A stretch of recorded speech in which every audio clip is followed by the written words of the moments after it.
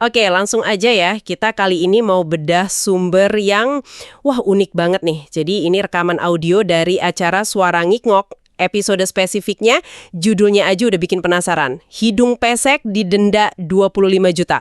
Ini semacam skenario satir gitu ya, tapi bener-bener liar idenya. Nah, misi kita sekarang, kita coba bongkar nih. Apa sih ide utamanya? Terus gimana humor dipakai di rekaman ini? Inti ceritanya gini. Bayangin aja, tahun 2026 nanti ada aturan baru. Katanya, kalau hidung kita dianggap, maaf nih, pesek, itu bisa kena denda 25 juta rupiah. Gila nggak tuh? Mari deh kita telusuri bareng gimana sumber ini ngebahasnya. Nah, di sumber ini diceritain alasan dibalik denda fiktif ini, katanya sih buat ningkatin standar estetika nasional gitu. Malah sampai dibikin lembaga baru, namanya BPHP. Badan Pengukur Hidung Pesek. Aduh, terus petugasnya itu digambarin keliling bawa-bawa, apa coba? Busur derajat sama penggaris, buat ngukur hidung warga. Kebayang nggak sih? Iya itu. Itu yang langsung bikin, wah ini absurd banget. Maksudnya penggaris sama busur derajat buat hidung.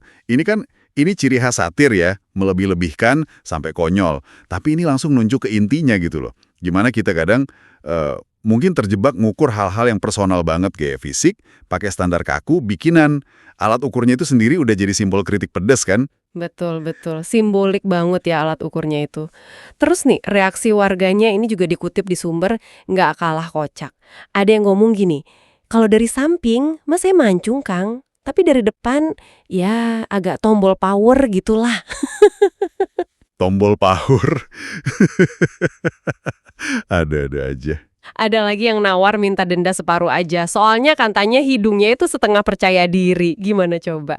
Iya ampun, itu reaksi-reaksi kayak gitu meskipun lucu ya, tapi kan nunjukin gimana orang coba merespons aturan yang rasanya nggak masuk akal banget. Humor di sini jadi kayak mekanisme pertahanan kali ya, atau ya bentuk kritik halus aja. Bener juga ya, kayak ngeledek aturannya gitu. Terus ada juga tuh yang protes soal genetika. Loh, pesek itu kan warisan genetik. Dijawabnya enteng banget sama pemerintah fiktifnya. Katanya, makanya pilih gen yang bener. Wah. Nah, jawaban itu jelas banget sengaja dibikin buat nunjukin betapa absurd logikanya. Mengabaikan total fakta biologis demi standar buatan yang dipaksain. Nggak masuk akal sama sekali kan? Iya, nusuk banget itu jawabannya. Jadi bukan cuma pasrah ya, ada semacam perlawanan lewat humor. Dan nggak cuma itu, sumber ini juga cerita soal kreativitas warga dalam menghadapi aturan ini. Lucu-lucu juga, ada yang jadi jago selfie dari sudut tertentu biar hidungnya kelihatan lebih berdimensi gitu. Oh iya, angle is everything ya jadinya. Terus ada yang pakai sedotan, katanya buat prototipe mancung masa depan, sampai salon kecantikan nawarin paket mancung syariah. Mancung syariah itu baru lagi. Bahkan ada yang ngaku nambah kemancungan beberapa derajat pakai stiker magnet katanya. Ada-ada aja deh. Nah, kalau kita lihat dari gambaran yang lebih gede nih, solusi-solusi kreatif tapi aneh ini. Ini kayak cerminan gimana masyarakat kita sering cari jalan pintas atau cara unik buat adaptasi sama tekanan sosial atau aturan. Sekalipun aturannya seabsurd itu. Ini juga nyentil sih soal obsesi kita sama penampilan fisik dan gimana industri kecantikan bisa manfaatin itu. Benar banget.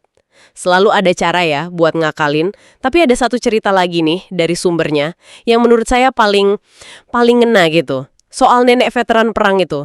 Ah iya yang itu. Itu kuat banget sih satirnya, menyentuh tapi juga bikin mikir. Iya kan?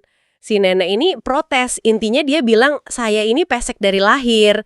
Tapi saya loh yang ikut ngusir penjajah dari kampung ini. Masa saya didenda juga? Dalam banget itu. Terus petugas BPHP-nya itu diceritain sampai gemeter gitu dengernya. Ujung-ujungnya malah nyaranin si nenek bayar dendanya pakai cerita perjuangan aja. Sambil ngelus-ngelus hidung neneknya. Nah, itu dia puncak satirnya menurut saya. Kontrasnya itu loh tajam banget. Antara kontribusi nyata buat bangsa, pengorbanan.